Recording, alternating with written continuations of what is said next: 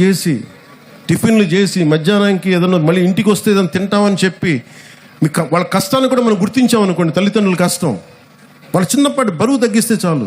ఇంటికి వెళ్ళి స్కూల్కి వచ్చి మన అధ్యాపకులకు చిన్నపాటి బరువును తగ్గిస్తే చాలు, మనం చాలా ఎదుగుతాం.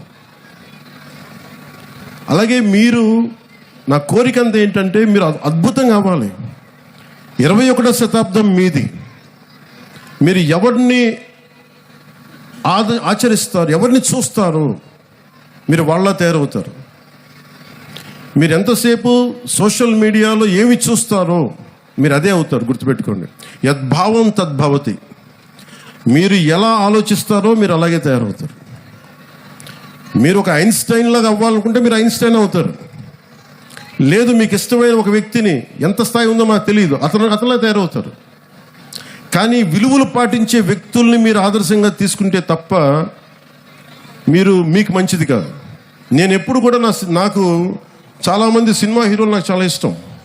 కానీ నేను తీసుకున్న హీరో నా టీచర్స్, నా హీరోలు. ఒక స్పోర్ట్స్ పర్సన్, ఒక వనజీవి రామయ్య, లేదంటే ఒక దశరథ్ మాంజీ. వాళ్ళు నడిస్తే రికార్డింగ్లు ఉండవు. నా సినిమాలు వేసినప్పుడు నేను నడిస్తే వెనకాల రికార్డింగ్లు ఉంటాయి. గెడ్డం తీసినా గెడ్డం ఉంచుకున్న సింహంలో డైలాగులు చెప్తే రికార్డింగ్లు ఉంటాయి. కానీ నిజమైన హీరోలకి రికార్డింగ్లు ఉండవు. కార్గిల్లో మన కోసం చచ్చిపోయిన హీరోలకి రికార్డింగ్స్ ఉండవు. దేశ భద్రత కోసం చచ్చిపోయారు వాళ్ళకి రికార్డింగ్లు ఉండవు. మనం గుర్తుపెట్టుకోవాల్సింది వాళ్ళని. మనం గుర్తుపెట్టుకోవాల్సింది మన కోసం కష్టం తెలియకుండా మనల్ని కాపాడే మన తల్లిదండ్రుల్ని, గొంతు చించుకొని మనం బాగుండాలని చెప్పి మన అధ్యాపకుల్ని, మన టీచర్స్ని. ఇంకా అన్నిటికంటే కూడా ఇందాక దారిలో వస్తూ ఉంటే మనకి చాలామంది మీకు శానిటేషన్ కోసం పనిచేస్తూ ఉన్నారు. మనకి వీధుల్ని శుభ్రంగా తుడిచే మన కుటుంబం అది. మన శానిటేషన్ వర్కర్స్కి మీరు గౌరవం ఇవ్వండి. అలాగే జపాన్ లాగా, నేను చిన్నప్పుడు మా ఇంట్లో బాత్రూమ్ నేనే కడిగేవాడిని. మా నాన్న మా అమ్మ మా చేత కడిగిచ్చేవాడిని.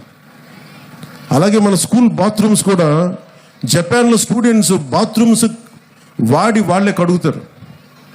ఇక్కడ మనం వేరే వాళ్ళ చేత చేయిస్తాం.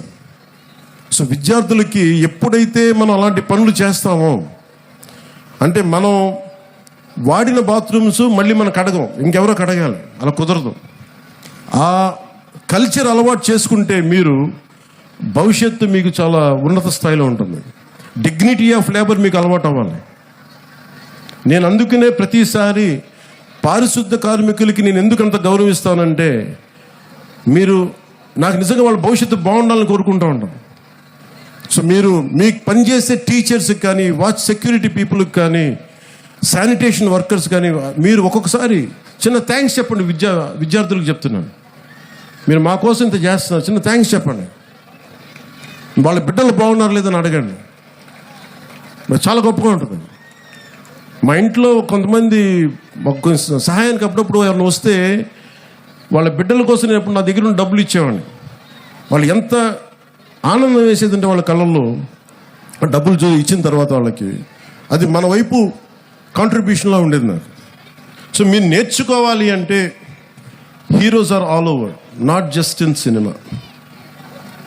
మీకోసం పాఠాలలో ఉన్నారు హీరోస్, సరిహద్దుల్లో పనిచేస్తున్నారు, దేశం కోసం పనిచేసి ప్రాణాలను పణంగా పెట్టి చచ్చిపోయే పోలీస్ కానిస్టేబుల్స్ ఉన్నారు, కష్టం తెలియకుండా మేధస్సుతోటి పనిచేసే కలెక్టర్లు, ఐఏఎస్ లాంటి వాళ్ళు ఉన్నారు. మీరందరూ కూడా వాళ్ళని ప్రేరణగా తీసుకొని మీరు కూడా ఉన్నత స్థాయికి వెళ్ళాలని మనస్ఫూర్తిగా కోరుకుంటూ, మీ అందరికీ బంగారు భవిష్యత్తు ఉండాలని మనస్ఫూర్తిగా తెలియజేసి, ముఖ్యంగా ఇక్కడికి వచ్చిన తల్లిదండ్రులకి ఈ సమగ్రమైన ఈ తల్లిదండ్రులు అధ్యాపకుల ఈ కలయికని మీరు మరింత బలంగా ముందుకు తీసుకెళ్ళాలని కోరుకుంటూ ఇదే చెప్తున్నాను. ఎందుకంటే సరస్వతి దేవిని పొగడాల్సిన నేల ఇది, హీరోలను పొగడాల్సిన నేల కాదు. మన కడప మున్సిపల్ కార్పొరేషన్ స్కూల్ కిందాక కలెక్టర్ గారు మాట్లాడుతూ ఉంటే దానిలో కిచెన్కి ఆధునికంగా మోడర్నైజ్ చేయాలి, సదుపాయాలు లేవు, నవీకరణ చేయాల్సిన అవసరం ఉంది అంటే నా దృష్టికి తీసుకొచ్చారు. దానికి మన స్కూల్కి సంబంధించి, మన కడప మున్సిపల్ కార్పొరేషన్ స్కూల్కి సంబంధించి ఆ నిధుల్ని ఎంత ఖర్చు అయితే అంత నేను నా ట్రస్ట్ నుంచి మన స్కూల్కి, మన కడప మున్సిపల్ కార్పొరేషన్ ఈ కిచెన్ ఆధునీకరణకి నేను డబ్బులు అందజేస్తాను.